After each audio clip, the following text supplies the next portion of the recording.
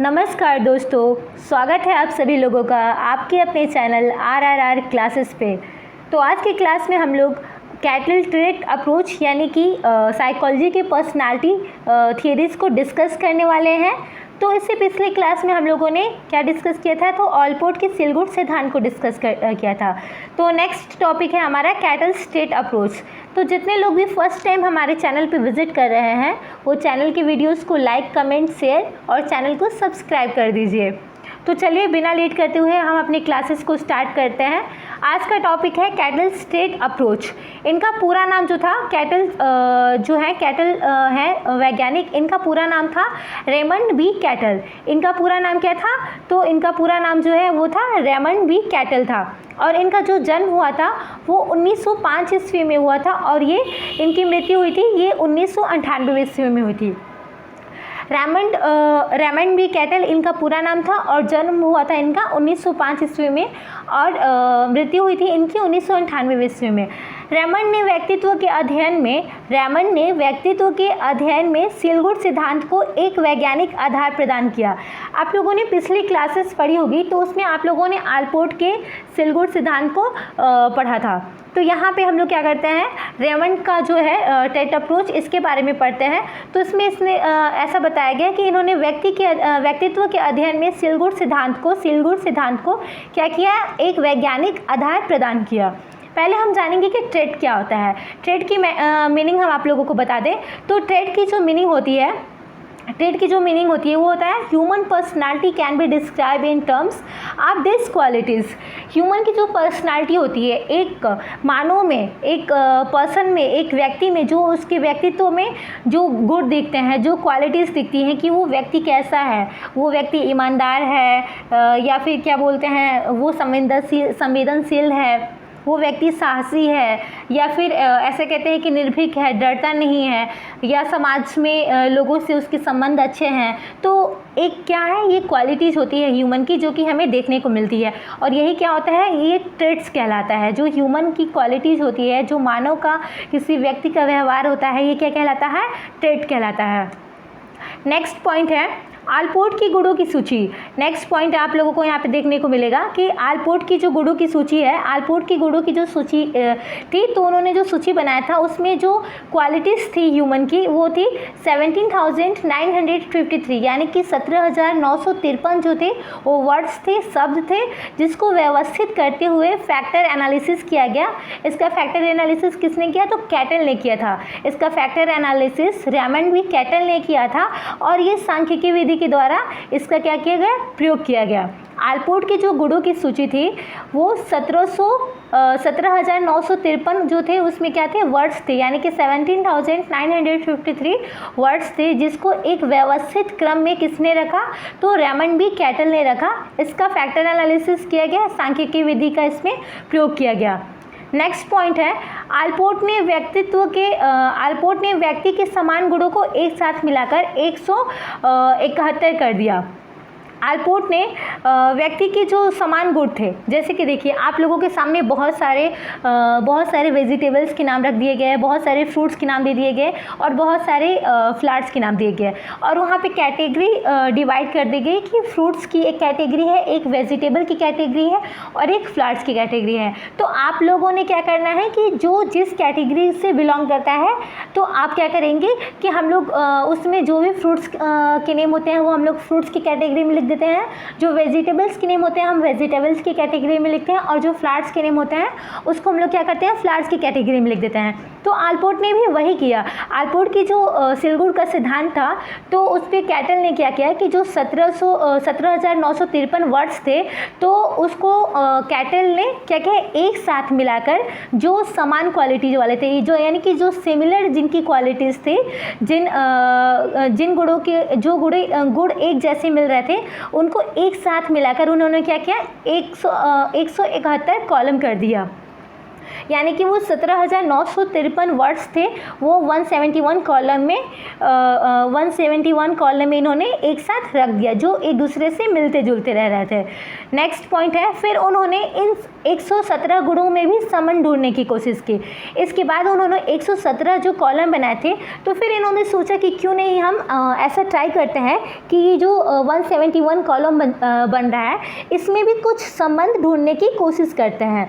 तो उन्होंने भी क्या किया, जो 171 कॉलम बनाया रेमंड बी कैटल ने, तो उन्होंने इसमें भी संबंध ढूंढने की कोशिश की। और क्या हुआ कि उन्होंने ये ऐसा पाया कि ये सिलगुड़ जो ये क्वालिटीज़ थे, ये भी एक दूसरे से क्या कर रहे थे, ज़्यादा संबंध रखते थे। ये जो भी क्वालिटीज़ थे 171 कॉलम में, ये भी एक दूसरे से बहुत ज़्यादा क्या करते थे, संबंध रखते थे, और कुछ क्या थे, कुछ एक दूसरे से कम संबंध रखते थे। नेक्स्ट है, इस विधि का प्रयोग करके उन्होंने रेमंड कैटल थे, उन्होंने इस विधि का प्रयोग किया और उन्होंने 16 मुख्य लक्षणों की पहचान की। रेमंड बी कैटल ने क्या किया, उन्होंने इसका प्रयोग किया और उन्होंने क्या किया, 16 मुख्य लक्षण जो 16 मेन सोर्स ट्रेट्स थे उनकी पहचान की और उनका नाम रखा सोर्स ट्रेट्स, उनका नाम रखा। नेक्स्ट पॉइंट है, कैटल के सिलगुड़ों का वर्गीकरण। कैटल के सिलगुड़ों का वर्गीकरण क्या है? तो कैटल ने सिलगुड़ों का वर्गीकरण 2 भागों में किया। फर्स्ट है आप लोगों का, कैटल ने सिलगुड़ों का जो वर्गीकरण है वो 2 भागों में किया। फर्स्ट है सरफेस स्टेट्स और सेकेंड क्या है, वो सोर्स स्टेट्स है। अब देखिए सरफेस स्टेट्स क्या होता है। सरफेस स्टेट्स की बात हम करें तो ये व्यक्ति के व्यवहार में आसानी से दिखाई देता है, यानी कि ये आपको देखने में कठिनाई नहीं होगी, ये इजीली दिखाई देगा किसी भी ह्यूमन के बिहेवियर में। अब देखिए एग्जांपल इसकी हम बता रहे हैं तो ईमानदारी है।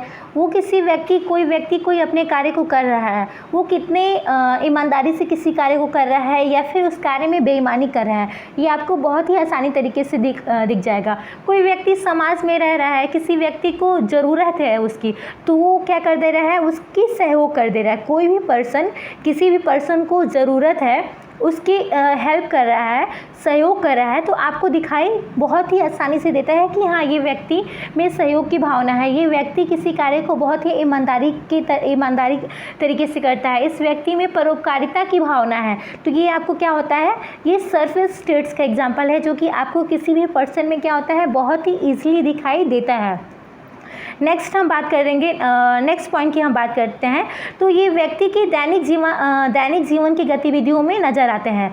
ये व्यक्ति के दैनिक जीवन की गतिविधियों में, जैसे कि दैनिक जीवन में यानी कि दिनचर्या, जो व्यक्ति की रोज़ की दिनचर्या है, जो व्यक्ति डेली काम कर रहा है, उसमें आपको ये देखने को मिल जाएंगे। जैसे एग्जाम्पल है, ईमानदारी हो गया, प्रसन्नता हो गया या सहयोग की भावना होगी। तो ये क्या हो गया, आपका सरफेस स्टेट का एग्जाम्पल हो गया है, ये सरफेस स्टेट का एग्जाम्पल हो गया। वही हम सेकेंड बात करते हैं, तो नेक्स्ट है सोर्स स्टेट है या फिर इसको हिंदी में हम लोग मूल या स्रोत सिलगुड़ कहते हैं। ये क्या होता है, ये व्यक्ति के व्यक्तित्व के गहराई में छुपे हुए होते हैं, ये व्यक्ति के व्यक्तित्व की गहराई में छुपे हुए होते हैं। और स्रोत सिलगुड़ जो होते हैं, ये क्या होते हैं, अस्थायी होते हैं, ये अस्थायी होते हैं और व्यक्ति के व्यवहार को क्या करते हैं, कंट्रोल करते हैं, नियंत्रित करते हैं। ये जो सोर्स स्टेट होता है, तो ये क्या होते हैं, अस्थायी होते हैं और किसी भी व्यक्ति के व्यवहार को क्या करते हैं, कंट्रोल करते हैं, यानी कि नियंत्रित करते हैं। नेक्स्ट पॉइंट है, कैटल ने 16 सोर्स स्टेट्स मूल लक्षणों की पहचान की। कैटल ने जो 16 सोर्स स्टेट मूल लक्षणों की पहचान की, जिन्हें उन्होंने उसे 16 पर्सनालिटी फैक्टर्स के नाम से भी जाना जाता है। कैटल ने जो 16 सोर्स स्टेट मूल लक्षणों की पहचान की, इसे 16 पर्सनालिटी फैक्टर्स के नाम से भी जाना जाता है। इसे आप लोग 16 PF के नाम से भी जानते हैं। जो कैटल ने 16 सोर्स स्टेट मूल लक्षणों की पहचान की थी, उसे हम 16 PF या 16 पर्सनालिटी फैक्टर्स के नाम से भी क्या करते हैं, जानते हैं। जिसमें आप लोगों को देखिए एक एक करके हम बताएंगे। गंभीरता, किसी भी व्यक्ति में क्या होनी चाहिए, गंभीरता होनी चाहिए। बुद्धिमत्ता होनी चाहिए, व्यक्ति में क्या होनी चाहिए, किसी भी व्यक्ति में क्या होनी चाहिए, गंभीरता होनी चाहिए। व्यक्ति में बुद्धिमत्ता होनी चाहिए कि किसी कार्य को कैसे करना है। थर्ड है भावनात्मकता, स्थिरता, इमोशनल स्टेबिलिटी होनी चाहिए। ये नहीं कि कोई परेशानी आ जाए तो तुरंत घबरा जाए या फिर बहुत कुछ अच्छा हो तो कुछ ज़्यादा ही प्रसन्नता दिखाई देने, नहीं, ऐसा नहीं होनी चाहिए। किसी भी पर्सन को इमोशनल स्टेबिलिटी उसके में होनी चाहिए, प्रभुत्व की भावना होनी चाहिए, जीवंतता होनी चाहिए, जीवन जीने के तरीके मालूम होने चाहिए, नियम प्रियता यानी ड्यूटीफुलनेस, अपने कर्तव्य के प्रति वो क्या रहे, हमेशा ईमानदार रहे, अपने कर्तव्य के प्रति क्या रहे, हमेशा ईमानदार रहे। नेक्स्ट है आप लोगों का साहचर्य। साहचर्य यानी कि सिम्बियोटिक, एक दूसरे के साथ जीवन जीने की का जो एक तालमेल होता है वो हर व्यक्ति में होना चाहिए। नेक्स्ट है सामाजिक मुखरता। सामाजिक मुखरता